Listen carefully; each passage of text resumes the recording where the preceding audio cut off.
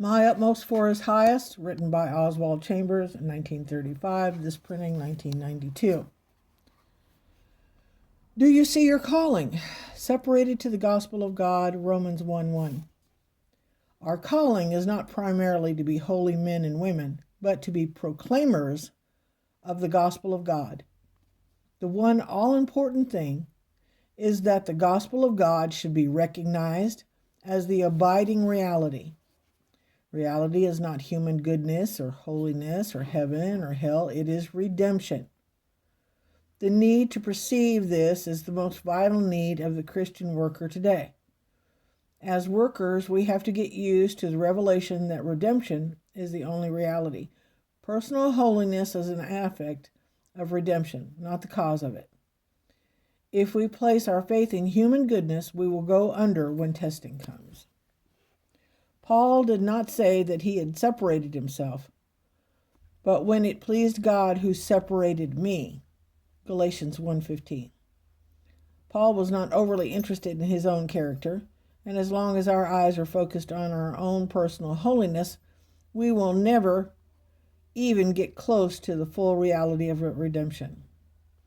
Christian workers fail because they place their desire for their own holiness above their desire to know God. Don't ask me to be confronted with the strong reality of redemption on behalf of the filth of human life surrounding me today. What I want is anything God can do for me to make me more desirable in my own eyes. To talk that way is a sign that the reality of the gospel of God has not begun to touch me. There is no reckless abandon to God in that. God cannot deliver me while my interest is merely in my own character. Paul was not conscious of himself. He was reckless, abandoned, totally surrendered, and separated by God for one purpose, to proclaim the gospel. See Romans 9:3. The call of God. Christ did not send me to baptize, but to preach the gospel, 1 Corinthians 1:17. Paul states here that the call of God is to preach the gospel. But remember what Paul means by the gospel, namely the reality of redemption in our Lord Jesus Christ. We are inclined to make the sanctification the goal of our preaching.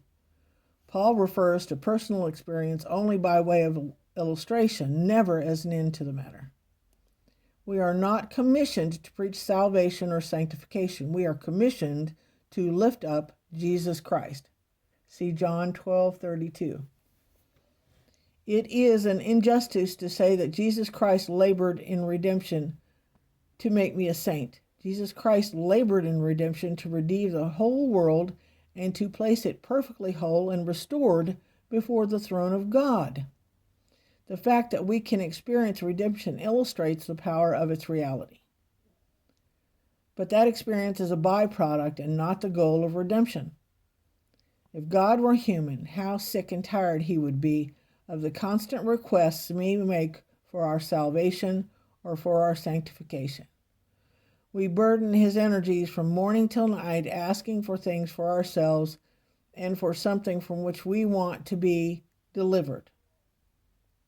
When we finally touch the underlying foundation of the reality of the gospel of God, we will never bother him anymore with little personal complaints. The one passion of Paul's life was to proclaim the gospel of God. He welcomed heartbreak, disillusionment, and tribulation for only one reason. These things kept him unmovable in his devotion to the gospel of God.